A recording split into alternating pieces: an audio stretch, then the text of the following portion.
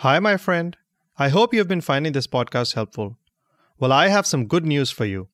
I have created the Decoding Obesity community just for you. This is a safe and judgment-free space for finding the accountability you need so that you can get started on your weight loss journey right away. And it's completely free. So head on over to www.decodingobesity.com/Facebook to sign up. I'll see you in the community.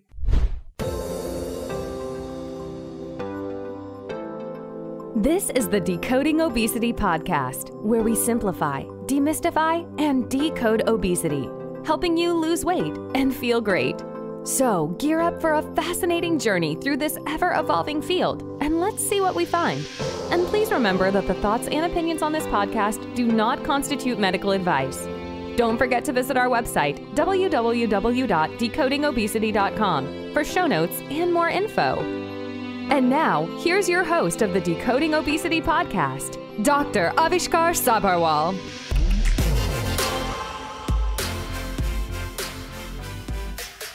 Is alcoholism associated with obesity? While the data is fairly conflicting with regards to the link between alcoholism and obesity, there is some evidence to suggest this. Hi friends, welcome to another episode of the Decoding Obesity podcast. Today's episode is going to be in two parts. I will be talking about the link between alcohol consumption and obesity in the first part, and then I will be welcoming two amazing guests who have graciously agreed to share their story and how they overcame their alcohol addiction. Please do subscribe to stay up to date with the latest episodes, and friends, don't forget to drop in a review on Apple Podcasts. It will really help spread the message. Now, researchers at the Washington University School of Medicine in St. Louis published one of the most important studies done regarding the link between obesity and alcoholism in 2010. Now, they looked at the data from two large alcoholism surveys. The first survey was conducted between 1991 to 92, and then the second one was conducted between 2001 and 2002. What they found was that there was a significant association between familial alcoholism and obesity among men and women surveyed in 2001 to 2002. And this association was actually substantially greater in 2001 to 2002 when compared to the 1991 to 92 survey among women. And this was also statistically significant after adjusting for all the variables that could have contributed to this effect. Now, this is very interesting. They did find an association between familial alcohol problems and obesity, even in men, in the 2001 to 2002 survey, but the association was much smaller, and when they tried to adjust for the other variables, it wasn't statistically significant. They suspected that it was probably because of the change in our environment that they found this association between alcoholism and obesity. We all know that our environment has become more quote-unquote obesogenic with an increased availability of the hyperpalatable foods, which we've talked about in the past. So the working hypothesis of the researchers was that this leads to a differential increase in the prevalence of obesity amongst individuals who are more vulnerable to addiction. While light to moderate alcohol intake is less likely to be a risk factor for obesity, heavy drinking and binge eating have more consistently been found to have a link to obesity. Well, what could be causing this? We just talked about the obesogenic environment. Of course, alcohol is a source of calories itself, which can increase the amount of calories consumed when it's consumed with a meal. Secondly, it can increase the appetite by modulating the hunger signals, causing one to consume more. It also causes a decrease in the inhibitory control, which may also lead us to eat more of the unhealthy foods, which normally we would have been able to restrain from if we were not under the influence of alcohol. We're also now discovering that there are certain similarities between alcohol dependence and those that lead to excessive cue eating. Both obesity and alcohol addiction have been linked to the brain's reward system. So another possible explanation may be that in trying to avoid the alcoholic behaviors observed in their families, people may replace alcohol with a different kind of an addiction. We discussed this in detail in episode 33, wherein we talked about food addiction and the brain pathways that the hyperpalatable foods activate. So this was about all the data that we have regarding alcohol and obesity, and now I would like to welcome my two guests. Dr. Stefan Neff is an anesthesiologist, author, and an alcoholic in recovery. After studying medicine in Heidelberg, Germany, he traveled and worked in Europe and Australia before settling down with his family in the beautiful New Zealand. Over the last 7 years that he has been alcohol-free, he has made every day a little bit better than yesterday. He shares this passion through his podcast, YouTube channel, and other social media, all titled A Different Life Story. In his book, My Steps to Sobriety, he shares the lessons he has learned as a doctor and as a man. My second guest is Janet Gourand. She is a Brit living in Cape Town. She has had many years of experience of corporate life in both Europe and South Africa. When she decided to stop drinking alcohol, she could find very little support available in South Africa. Janet eventually got sober by attending a workshop in London and connecting with others on the same path. As her journey continued, she decided to use her extensive experience in training and development to design and facilitate her own workshop in order to support people who wish to quit drinking. She founded Tribe Sober 5 years ago and has created an international community who was supported via a membership program and regular Zoom workshops. Welcome, both of you. How are you doing today? Great, thank you. Lovely to be here. Indeed, same here. Fantastic day for an interview and a fantastic day to make a little bit of a change, one interview at a time. Well, absolutely. Well, this is truly an international episode, right? I'm sitting in the US and Janet, you're sitting in Cape Town, South Africa, and then Stefan, you're in New Zealand. So it's truly global, right? And that's the way it should be, okay? Yeah. So if we have got three friends here around the microphone, how could we possibly fight wars against each other? So if we can just do more like that, wouldn't that be nice? Yeah, I'm so excited to have both of you. Now, I did talk to you both a bit before this episode and we kind of introduced each other. So I know, Stefan, you did notice some weight loss after you quit alcohol, but that really wasn't the case for you, Janet. It was you just lost a few pounds, but that may just be because you're naturally thin, right? Now, the reason for me doing this episode was not just to highlight the link between alcoholism and obesity, but also the fact that there are certain similarities that exist between alcohol addiction and the way hyperpalatable foods act on our brains and, cause that kind of an addictive behavior. So let's talk about your stories. So, Stefan, what do you think caused you to have this alcoholism as an issue for you? Like with many other people, alcohol initially was my friend. It served a very good role because intrinsically I was quite shy as a teenager. I had my trauma as a teenager and a lot of nasty things had happened to me over my life. So it was not necessarily a nice life. And when you add alcohol into the mix in my 20s, suddenly I became more relaxed. Suddenly I forgot about my problems. I became the center of attention. I became a different guy. I can't sing so well, but that never stopped me. So the guitar came out and the singing started, the wine went around, and it is like, for girls, it's like moths to a flame. So suddenly I was interesting to the girls, and, it was a beautiful, beautiful tool for me to alter my thoughts, alter my state. And for that, it was beautiful. There were many advantages initially in alcohol. But the problem, of course, is that I am an addict, and I didn't want to accept that fact for a long, long time, which means that I can't stop. I just drink, and whatever the consequences, it doesn't really matter. Right now, the drink is more important. And whilst that initially was not so apparent, once I moved down my path in my life, it was clear. Whenever there was a negative emotion, I dealt with it by drinking alcohol. And I never dealt with the emotions. I never dealt with the trauma. I never dealt with the bouts of depression. I never dealt with really the PTSD from an assault, all these kind of things. So ultimately, when life got worse and worse, I drank more and more. And what about you, Janet? Oh, my story. Yes, it was my friend as well, Stefan. Until it wasn't. Until I ended up writing a goodbye to alcohol letter. But yeah, it crept up on me over the years, like I think it does with so many people. In fact, 20% of social drinkers will become dependent over the years. So I'm one of many. But in my 20s and 30s, I would drink when I socialized, a few glasses of wine here and there.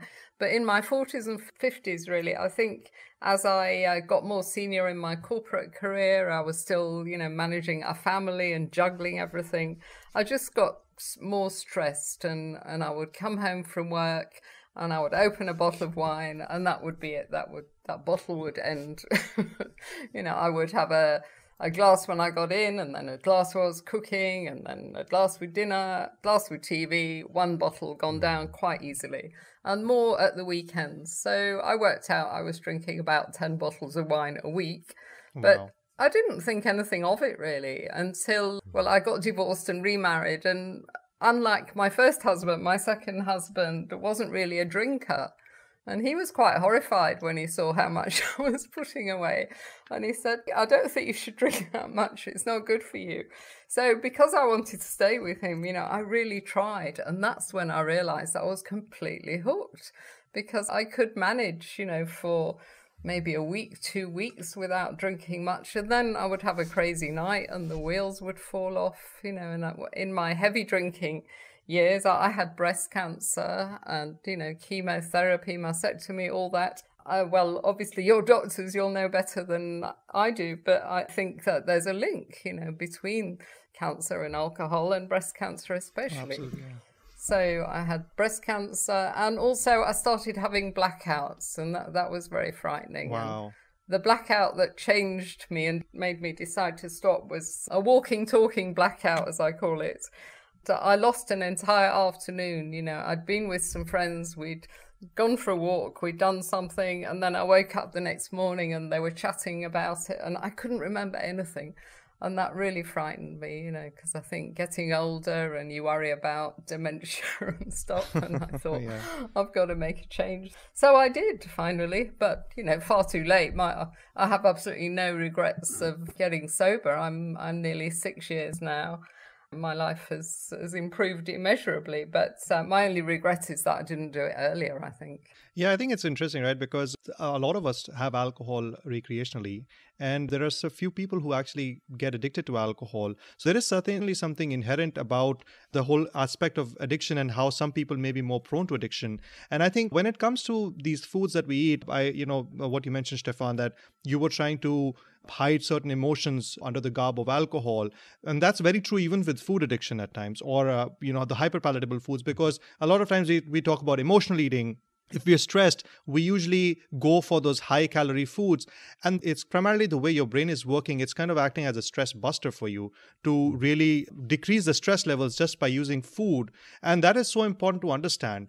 The other thing I really took from both of your stories was really that, it just creeps up on you. You don't really realize till you actually realize it, that you're suffering from alcohol addiction, right? And it's very important for people to realize this.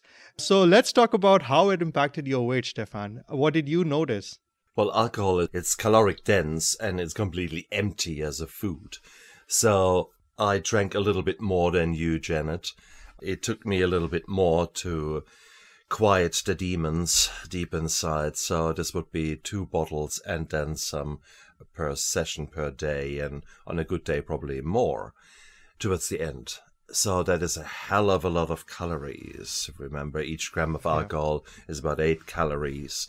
So if you add that up, I took all my calories in the form of alcohol, and then of course you add the hyperpalatable foods, because that's what you do. You eat a curry, you eat a takeaway, a pizza.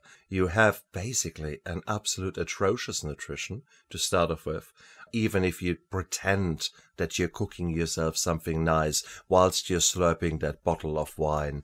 That bottle of wine is stopping the absorption of all the good and important bits in your gut. So you're actually hugely malnutritioned. Now, when I stopped drinking, there is, of course, the initial period of withdrawal, of trying to get through that complete disequilibrium of your transmitters in the head. And in my rehab, it was okay to have sugar. So there was always chocolate around. There was always something around. And I got these kind of snakes, these gummy bear snakes. And they became my rescue for every day. I had at least 1 packet of these snakes. And it was that sugar fix, that the same as the alcohol did. It gave me a bit of dopamine and just enough in my broken system to sort of be able to go through things. And this cross addiction to sugar and to all the crap that you can eat. That was certainly initially very, very strong with me. Over time, I then was able to reduce that, and it was a strange journey. Up till today, I keep yo-yoing it because there are extreme times of stress in my life, however well I try to manage them. And of course, you're reaching back. Nowadays, I do no longer reach back to the cheesecake or to the whatever chocolate trademark you can now insert here. I had my favorites, and they would go down in industrial amounts when times of stress came about. Nowadays, I know how to handle that. Nowadays, I have recognized how much cross-addicted I am to sugar. Yep. And it's a true cross-addiction. It's as bad as cocaine, as meth, as alcohol.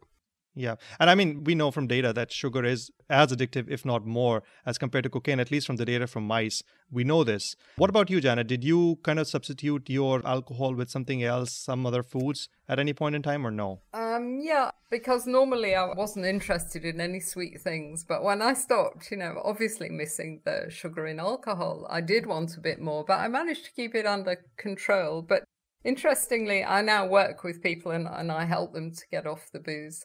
Many people say, oh, I'm not drinking, but I'm eating so many sweets, and I'm putting on weight.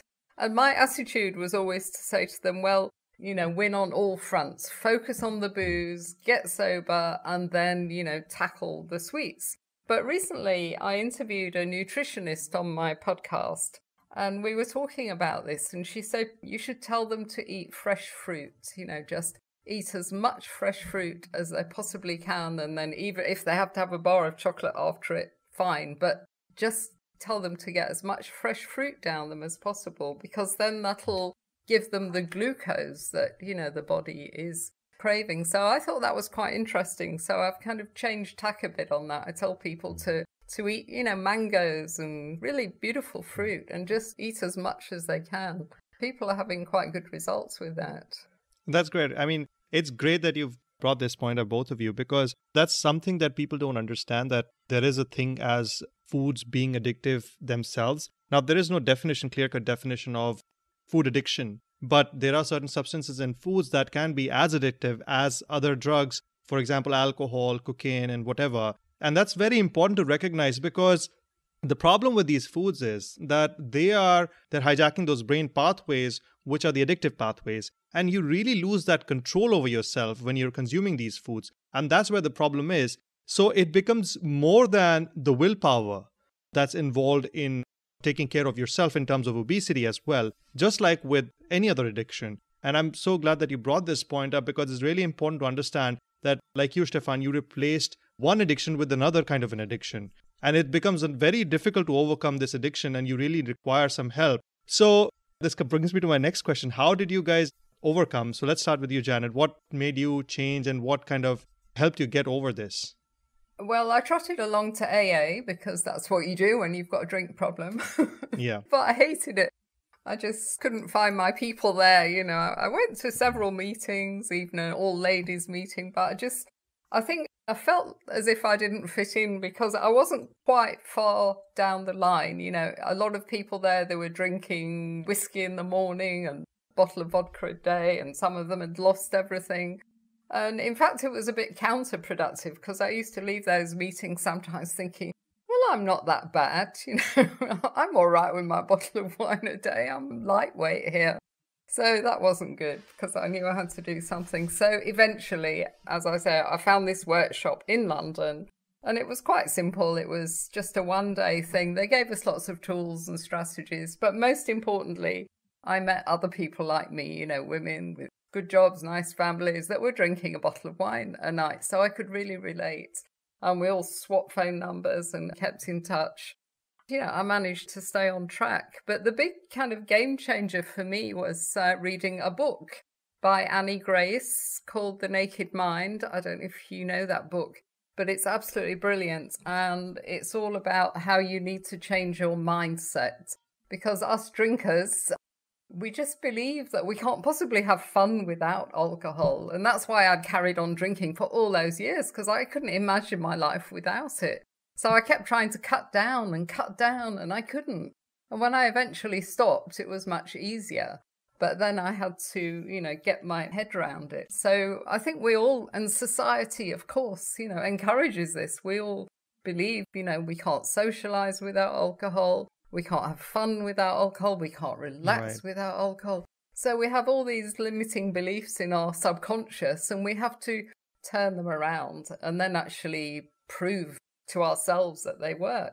And the way I did that, because I always felt that I couldn't possibly socialize without alcohol. I wouldn't be interested in events where they didn't have alcohol. So to get myself over that, I forced myself to go to lots of events sober. And I absolutely hated most of it. And I was completely miserable. Sometimes I would last 10 minutes and I'd do a runner. But I did it over and over again. And I would write it up in my journal when I got home. And gradually, I was coming home in a taxi one night. I still remember this. And I thought, oh, that was such an interesting evening. And I met this one and that one. And I'm going to have coffee with that lady next week. And it just occurred to me that I'd really enjoyed my evening and I hadn't been drinking. So that was like a turning point for me. I realized it could happen. So after that, things got easier. That's so great, I think it's a mindset thing, because willpower, there's been research on willpower quite recently, and they're talking about it now as if it's a kind of muscle. It has finite strength. You can't keep relying on willpower. So that's why I think changing your thinking about alcohol is the key to making a change. Yeah. What about you, Stefan? I was blessed that my wife had organized an admission to a rehab hospital called Capri. And 7 years ago, this was the most beautiful bubble I could have entered, where suddenly I was thrust into an environment where everyone was an addict once upon a time. From the nurses to the nutritionist to the yoga teacher, every single person I met there was an addict or is an addict, but they were all clean and they were all living lives so beautiful that I thought, wow. So that blew me away to start off with, because my perception was a bit like that of Janet. What do you mean to not drink? How the hell can you have some fun? And more importantly, how the hell can you keep the demon quiet? How the hell can you not think about all the negative things? And they demonstrated to me that you have to deal with the negative emotions, and started giving me tools to help me do exactly that. They worked with me. It was a 12-step based program, and we did it together. And you had homework, and you had to go through your resentments, your anger, your guilt feelings, your shame, all of those things. So that was a huge part that helped me accept those things that had occurred to me, and maybe those things that I had triggered myself, how I contributed to some of the negative things that had occurred to me in my life, and then the lack of coping mechanisms that I had. Right. So there I was, changing not just my attitude. I mean, I changed absolutely everything in my head. And it's, like you, Janet, I regret that I did it so late. Nowadays I say that a month in rehab should be mandatory for every 16-year-old.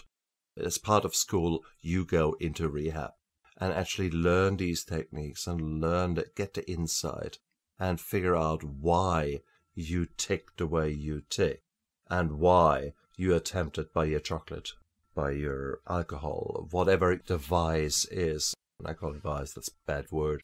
whatever gives you that dopamine relief, and you can't say no to that dopamine relief. May it be gambling, may it be for a young man to sit on the computer.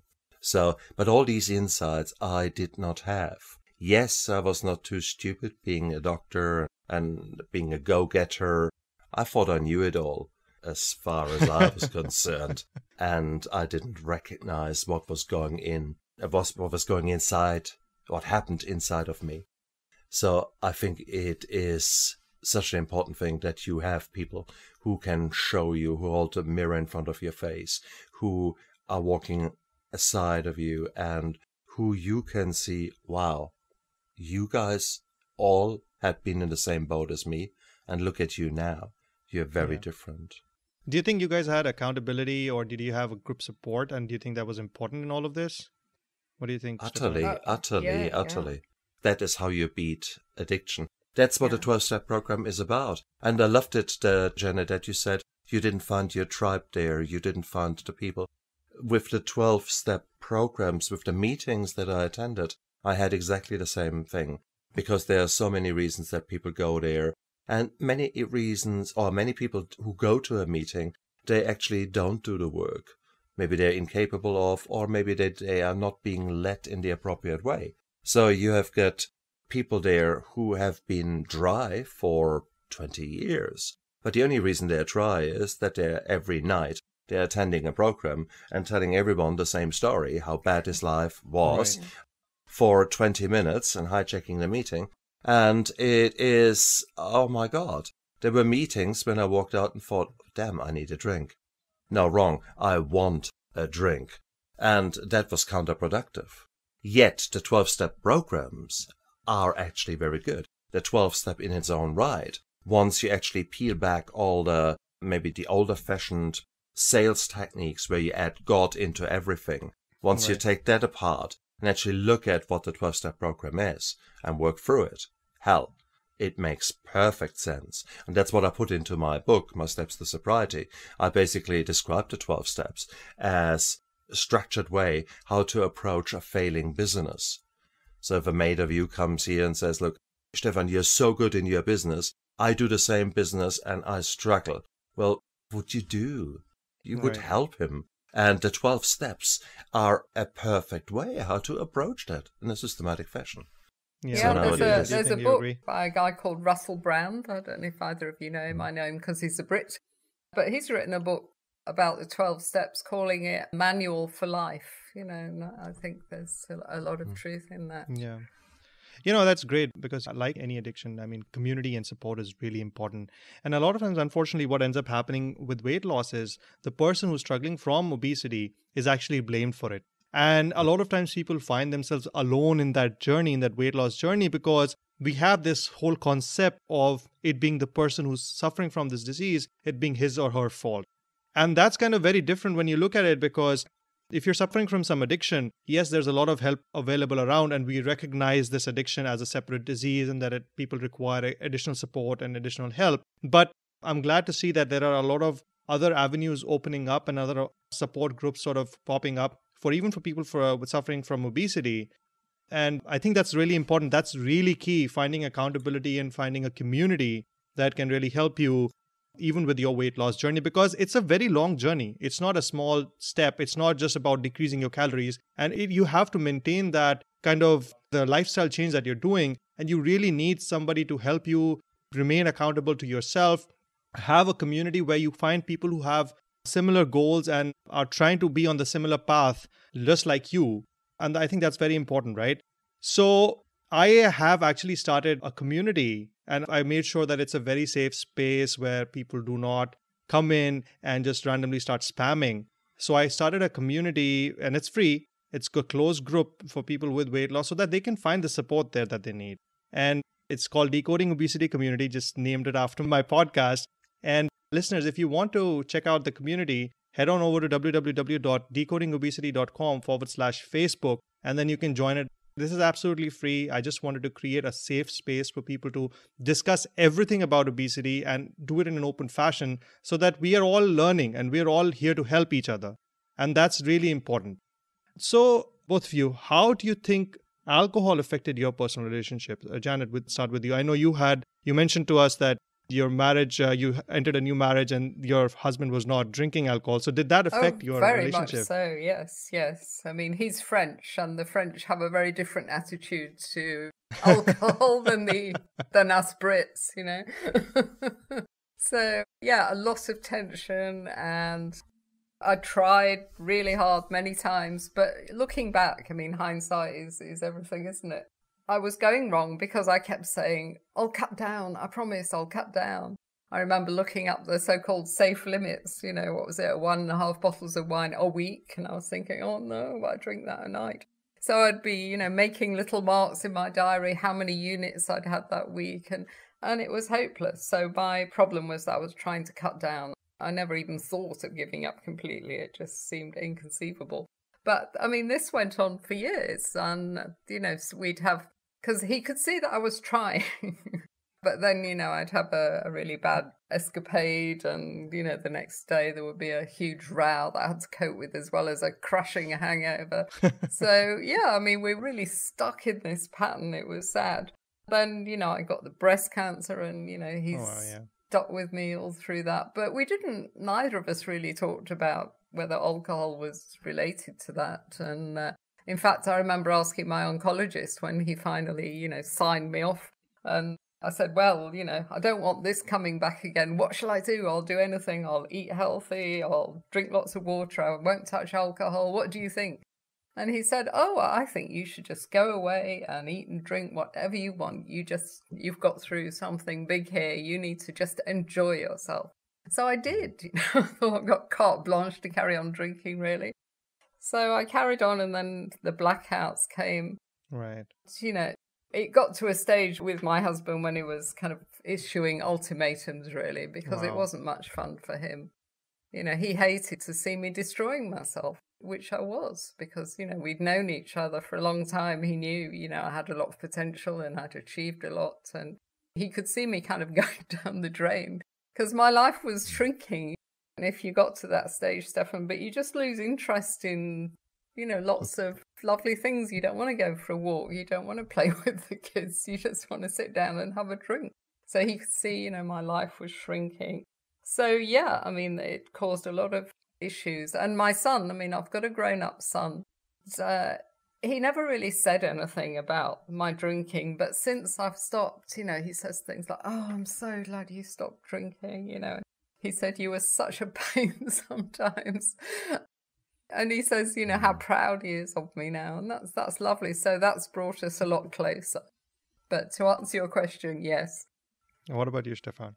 Hugely, because I think alcohol is an amplifier with regards to the emotions that your body needs to deal with. And if you're all encompassed in your anger, rage, in past, in those things that are negative, then it gets worse and worse. So I think I was a very angry man, probably to a degree rightly so, because what had occurred to me, but I did never deal with it. So the wound was always festering, and the alcohol was not a band-aid. It was more like fuel on fire, because it has made it worse. And then when you're angry, you make irrational decisions that you then later regret. The best email you have ever regretted? Oh, I wrote many of them, okay? So those kind of things. So the alcohol is brutal when it comes to that. I had rows that make the Cold War or an imaginable Third World War look like children's play, okay? Wow. Between my wife and me. Because she hit the bottle, I hit the bottle, and we had no idea how to deal with our emotions. Fast forward to nowadays, it's virtually impossible for my wife and me to have a row. We have learned to recognize that if someone says, "Arr!" that really means they're in distress. They're stressed, and what they need is a hug. But, when I say if my wife tries to bite my head off, then I do not respond. I do not immediately shoot from the hip and come back, and within 3 sentences, things are flying through the kitchen. No, I rather want to give her a hug, which she hates when she's angry. Or I just sit down and say, what's really going on? And typically, whatever she's angry about, that's not really what the issue is. So we try to figure out what's going on and express in a way that we don't trigger each other and say what's going on. And we are honest. So I would say, look, the way you talk to me right now really hurts me. what's really going on? What worries you? And boom, suddenly she opens up. And the same with me. So I might come home being quite hangry, and I don't realize that I am hungry, that I'm a little bit tense and angry from work because things might not have gone so smooth, a bit tired, I'm dehydrated. Well, give me those 4. And in the past, I would have had cravings immediately. Right. Give me 3 of them, I had cravings. Give me 4 of them. I saw the condensation of the water running the outside of the wine glass. And there was this vision, where's the next alcohol place? You know, that kind of stuff. Nowadays, that's all gone. Because I recognize what is going on. So yeah, alcohol is, as far as relation is concerned, it was evil. Alcohol is a solvent. It dissolves marriages, it dissolves bank accounts, it dissolves everything. And I think that is so important. Throw that out, learn how to deal with your emotions, recognize who you really are, work on that. Work on the underlying you and make little decisions that change you every day. And suddenly, in my case now, 7 years down the line, I'm in such a powerful position. I've got all these tools, and most of the time I choose to use them. And so therefore my life is actually bloody fantastic. I absolutely love it. And no, I don't miss the rows with my wife whatsoever. Yeah, so it's interesting. Stefan, I have another question for you, actually. You'd mentioned that you replaced your alcohol addiction with sugar addiction. How did you end up tackling that, and what do you do now when you get those cravings? There are times when I do give in, and where I accept, no, right now, I actually want that.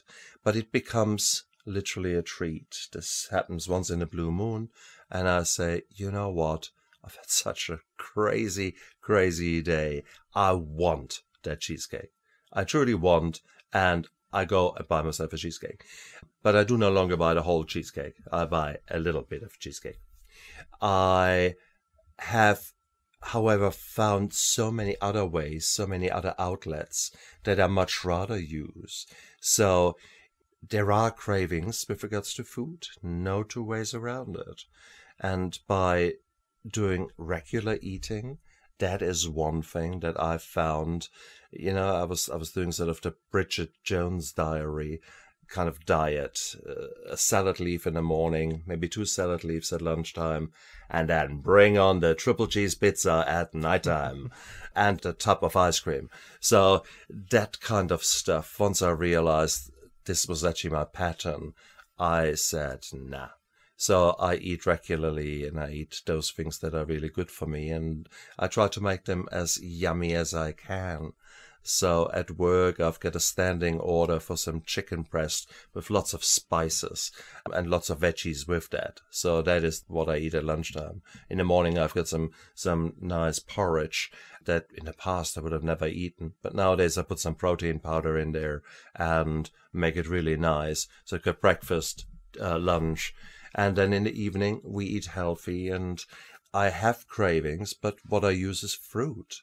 I use frozen cherries. It's hot here in New Zealand at the moment, so I use frozen cherries or frozen raspberries, etc., and just eat them, basically. I crunch them and let them dissolve in my body, which cools me down, gives me a lovely sugar fix in a kind of a healthy way. Yeah. And that is fine. So, you know, half a kilogram of cherries is about 200 calories.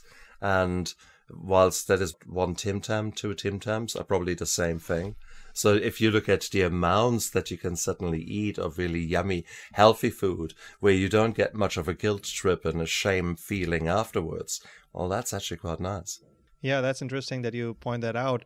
I think eating healthy is so important, but you really have to make an actual effort, right? Because the addictive pathways are activated. So you really need to make a very conscious effort. And so both of you rightly pointed out, mindfulness plays such a big role in all of this. Or actually, not just mindfulness about eating, but the fact that you have to have that mental work that you need to get done before you actually start eating healthy is so important, because it's so easy to fall back into those similar behavioral patterns or eating patterns, whatever have you.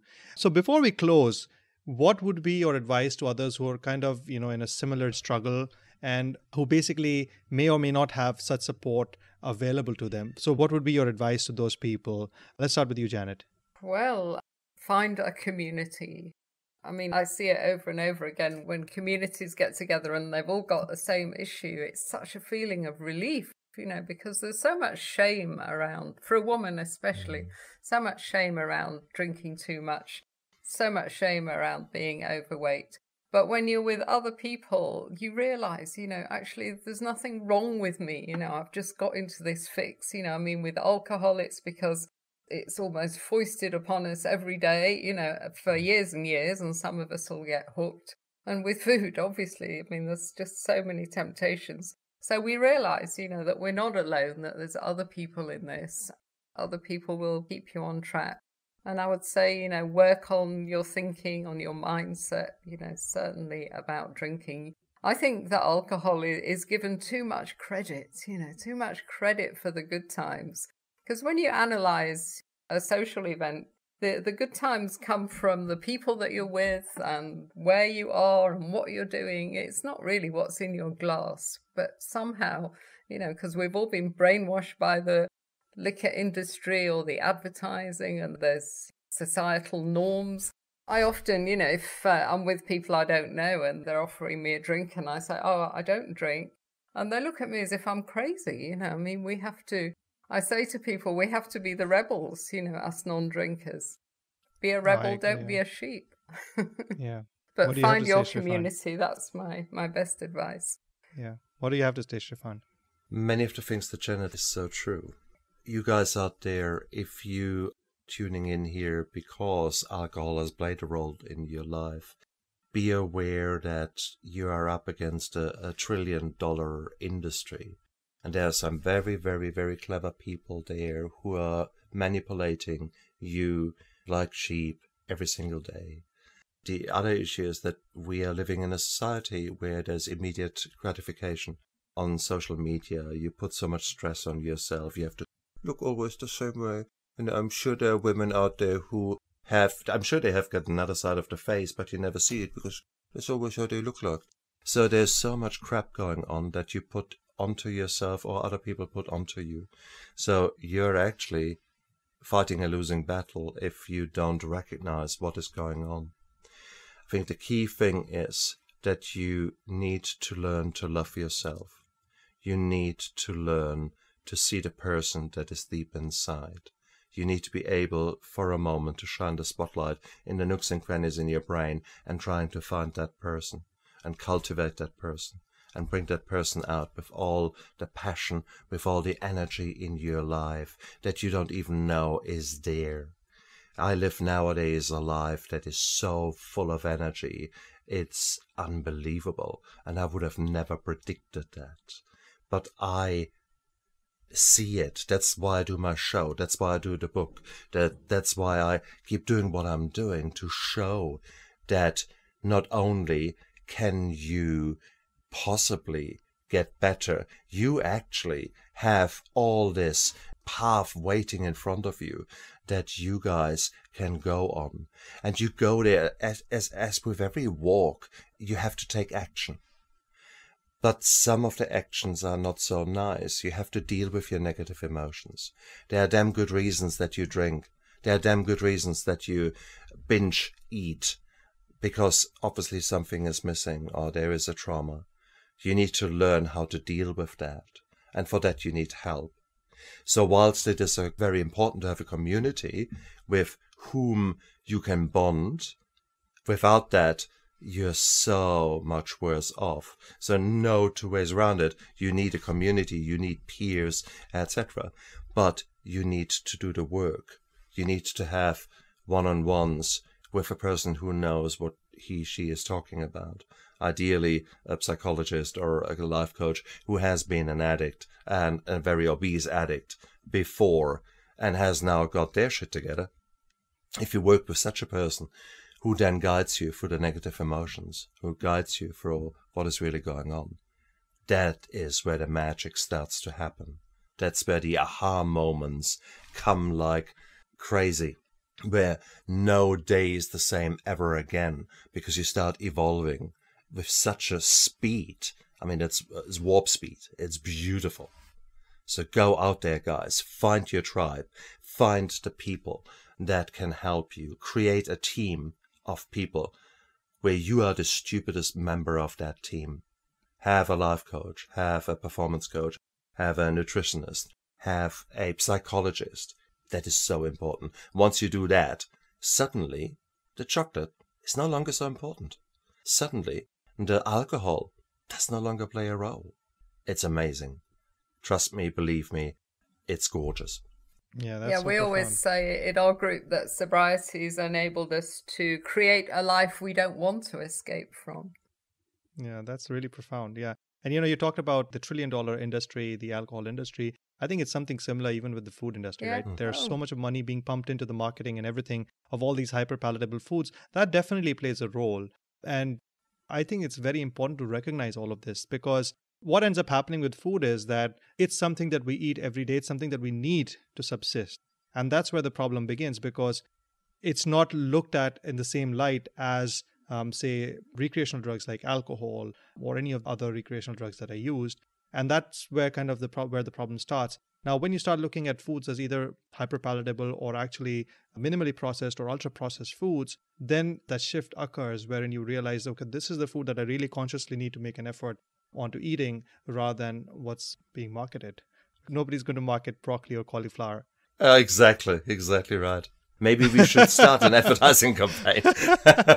Maybe we should. Friends, accountability is such an important piece in the weight loss journey. So join us in the Decoding Obesity community to get the help you need. This is absolutely free and a safe, secure place to discuss all your weight issues. Head on over to www.decodingobesity.com/Facebook to sign up.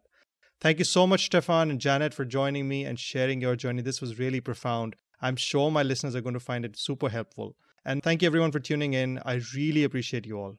It was an absolute pleasure and an honor. Thank you very much for having me on your show. I do appreciate that a lot. Thank you. Me too. That's all we have time for today. I'll see you all next time. You've been listening to the Decoding Obesity podcast. Please remember, the information in this podcast should not be used in any legal capacity whatsoever. The thoughts and opinions expressed on this podcast are solely of the host and his guests and do not constitute medical advice. Views and opinions on this show do not necessarily represent the views and opinions of any organization. And that brings us to the end of the show. Thank you so much for listening in. Don't forget to visit our website, www.decodingobesity.com, for show notes and more info. And if you've enjoyed this episode, please feel free to rate, review, and subscribe on your preferred podcast listening platform. We really appreciate that effort. Until next time.